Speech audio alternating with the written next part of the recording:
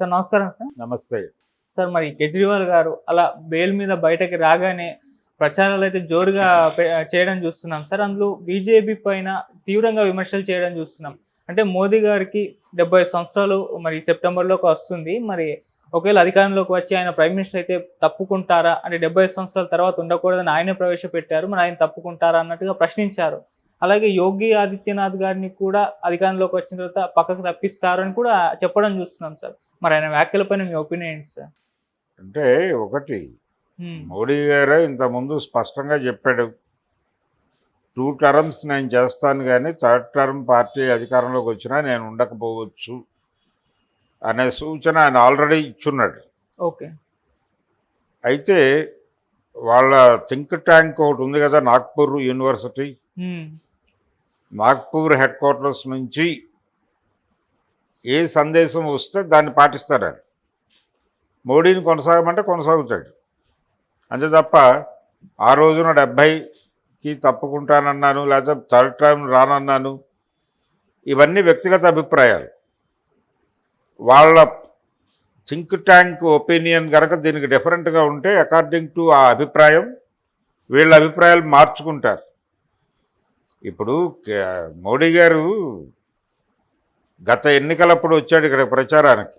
ఆంధ్రప్రదేశ్ పర్యటన, తెలంగాణ పర్యటన చేశాడు ఆయన. ఆ సందర్భంగా చంద్రబాబు నాయుడు గురించి ఏం మాట్లాడాడు ఆయన?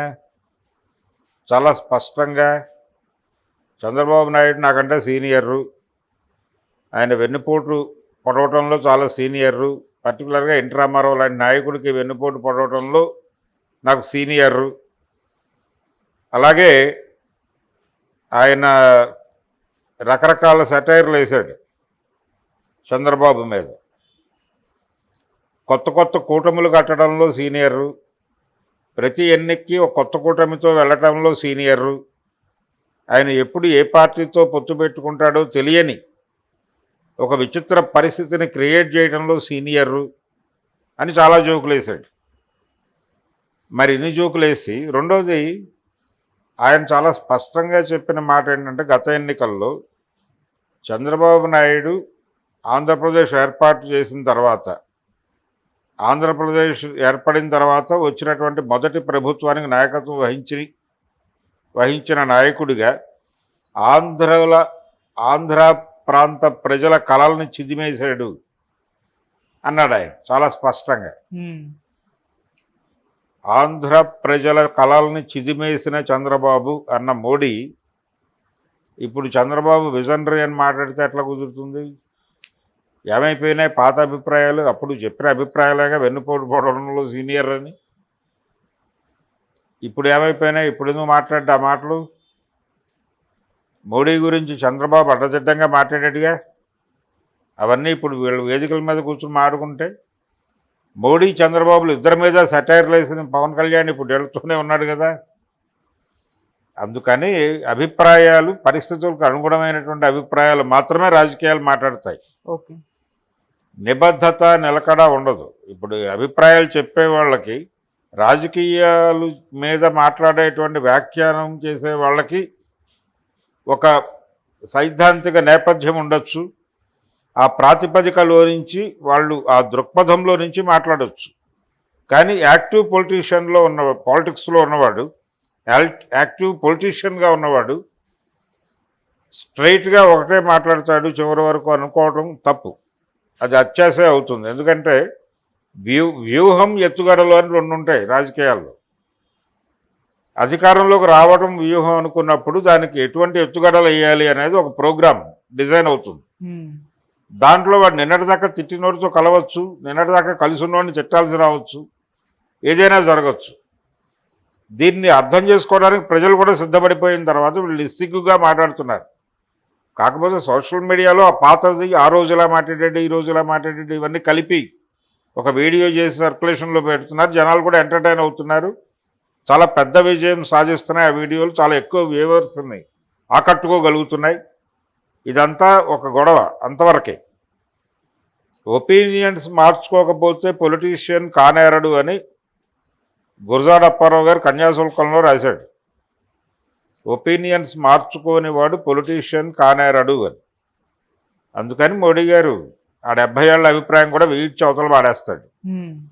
ఏది అక్కడి నుంచి వాళ్ళ నాగ్పూర్ క్యాంప్ నుంచి గనక సీల్డ్ కవర్లో నువ్వే ఇంకో 10 ఏళ్ళు చంపేయాలి దేశాన్ని అంటే చంపేస్తాడే. నో ఆల్టర్నేటివ్ లేదు. నువ్వు ఇమ్మీడియట్గా ఎన్నికలు ముగిసిన మరుక్షణం క్యాబినెట్ మీటింగ్ జరుగుతుంది. క్యాబినెట్ మీటింగ్ కాదు, సారీ, వాళ్ళ పార్లమెంటరీ పార్టీ సమావేశం జరుగుతుంది. ఆ పార్లమెంటరీ సమావేశంలో కొత్త నాయకుడిని ప్రతిపాదిస్తారు. అప్పుడు విచిత్రంగా ఎవరి పేరైనా రావచ్చు. వాళ్ళు అక్కడి నుంచి పంపిస్తారు, ఈ పేరు చెప్పండి అని. ఆ పేరు మోడీది కాకపోయి ఉండొచ్చు. అప్పుడు మాత్రమే మోడీ తప్పుకుంటాడు. ఒకవేళ మోడీ పేరు ఉంటే మోడీ యాక్సెప్ట్ చేస్తాడు. 10 ఏళ్ళు నువ్వే అన్నా యాక్సెప్ట్ చేస్తాడు. దానిలో పెద్ద వెనక్కి వెళ్ళే పరిస్థితి కాదు. ఏదో ఆ రోజు 70 ఏళ్ళు అన్నాడు కాబట్టి ఈ రోజున 70 వచ్చాయి కాబట్టి తప్పుకోవాలంటే కుదరదు. వాళ్ళు 90 ఏళ్ళ వరకు ఉండమంటే అప్పటి వరకు ఉంటాడు ఆయన. అందుకని కేజ్రీవాల్ గారు మాట్లాడేటప్పుడు ఏదో వేగ్ స్టేట్మెంట్ అనేసాడు, కానీ ఈ నిజానికి దీని మీద ఆల్రెడీ చర్చ జరిగింది. మోడీ తర్వాత ఎవరు అని. అది అమిత్ షానా యోగి ఆదిత్యనాథా అని. యోగి ఆదిత్యనాథ్కి ఎక్కువ అవకాశాలు ఉన్నాయనే మాట కూడా వినిపించింది. కానీ ఇప్పుడు ఈ ఎన్నికల్లో ఆయన్ని కొంచెం పక్కకి పెట్టినట్టుగా కనిపిస్తోంది. ప్రధాన సన్నివేశంలో ఆయన కనిపించట్లా. సో మోడీ గారే ఆప్షన్ ఏమో అనేది కూడా ఒక డౌట్. అమిత్ షా స్ట్రేచర్ కూడా తగ్గింది. అంటే మనకి ఇండైరెక్ట్గా ఎవరో ఒకళ్ళని ప్రమోట్ చేస్తూ ఉంటారు వాళ్ళు. అది కనిపించట్లా విజిబుల్గా. మోడీనే కనిపిస్తున్నాడు. సో మోడీకి మూడోసారి ఛాన్స్ వచ్చే అవకాశం ఉంది. ఒకవేళ ఎన్డీఏ గెలిస్తే. ఓడిపోతే వేరే గొడవ. ఓడిపోయే పరిస్థితి అయితే ఉంది, గెలిచే పరిస్థితి కనబట్ల. ఎన్డీఏ ఓడిపోయే పరిస్థితే కనిపిస్తోంది. కాబట్టి మోడీ గారి అభీష్టం నెరవేరుతుంది. 10 ఏళ్ళు సర్వ్ చేశాను ఈ దేశానికి, చాలు నాకంటే రెస్ట్ మోడ్లోకి వెళ్ళిపోవచ్చు ఆయన హ్యాపీగా. ఆ అవకాశం ప్రజలు కల్పించడానికి సిద్ధంగా ఉన్నారు కూడా. సో ఇప్పుడు కేజ్రీవాల్ అన్నా మరొకళ్ళన్నా, కేజ్రీవాల్ కూడా నిజానికి ఆ మాట అనకుండా ఉండాల్సింది. 70 ఏళ్ల తర్వాత ఈయన ఒప్పుకుంటాడా అనర్థం అంటే ఎన్డీఏ గెలవబోతోందని చెప్పడమే. ఎన్డీఏ గెలవబోతోందని నువ్వెట్లా చెప్తావు? నువ్వు డిఫరెంట్ లైన్లో ఉండి వేరే కూటమితో సంబంధాల్లో ఉండి. తప్పు కదా అది. ఆ తప్పు చేశాడు కేజ్రీవాల్ ఆ స్టేట్మెంట్ ఇవ్వడం ద్వారా. దాన్ని అడ్వాంటేజ్గా తీసుకుని మోడీ గారు చెలరేగిపోతాడు రేపటి నుంచి. అంటే ఒక జైల్లో ఉన్నాను, ఒక డిప్రెషను, దాని తాలూకా నైరాస్యము ఇవన్నీ ఉంటాయి. ఉన్నప్పటికీ నువ్వు పొలిటికల్ స్టేట్మెంట్ ఇచ్చేటప్పుడు ఒళ్ళు దగ్గర పెట్టుకుని 4 చేత్తో పట్టుకుని మాట్లాడాలి. అది వదిలేస్తే ఇలాంటి స్టేట్మెంట్లు వస్తాయి. ఏది మొన్న చిరంజీవి గారు అన్నట్టు, ఏం కాదు మళ్ళీ మీరే గెలుస్తున్నారు, మీరే అదే ఆఫీస్లో కూర్చుంటారు, నేను వచ్చి పలకరిస్తాను, మర్యాదపూర్వకంగా అని ఉండొచ్చు ఆ మాట. కానీ జనాలకు ఏం కన్వే అవుతుంది? మళ్ళీ ఎన్డీఏ రావాలని నేను కోరుకుంటున్నాడు, పైగా ఎన్డీఏ గెలుస్తుందని జోస్యం చెప్తున్నాడు చిరంజీవి అనుకుంటారు. ఇప్పుడు ఈ పెద్ద మనిషి కూడా కేజ్రీవాల్ వచ్చే ఎన్నికల్లో ఎవరు ప్రధాని అంటావంటే అసలు వాళ్ళు గెలుస్తున్నారని నువ్వు యాక్సెప్ట్ చేయటం.